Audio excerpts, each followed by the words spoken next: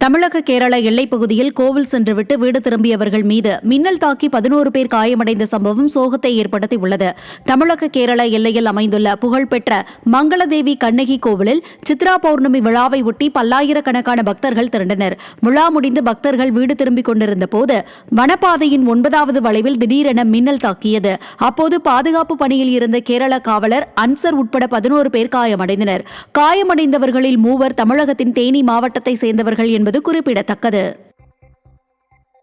ஈரோடு மாவட்டம் அரச்சலூரில் கோடை விடுமுறைக்கு வந்த சகோதரர்கள் வாய்க்காலில் குளித்துக் கொண்டிருந்த போது நீரில் மூழ்கி உயிரிழந்த சம்பவம் சோகத்தை ஏற்படுத்தியுள்ளது.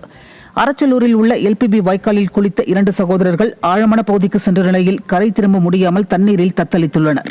இதைக் கண்ட அருகில் இருந்தவர்கள் இருவரையும் காப்பாற்ற முயற்சித்தும் பலன் அளிக்காத நிலையில் 2 பேரும் நீரில் மூழ்கி பரிதாபமாக உயிரிழந்தனர்.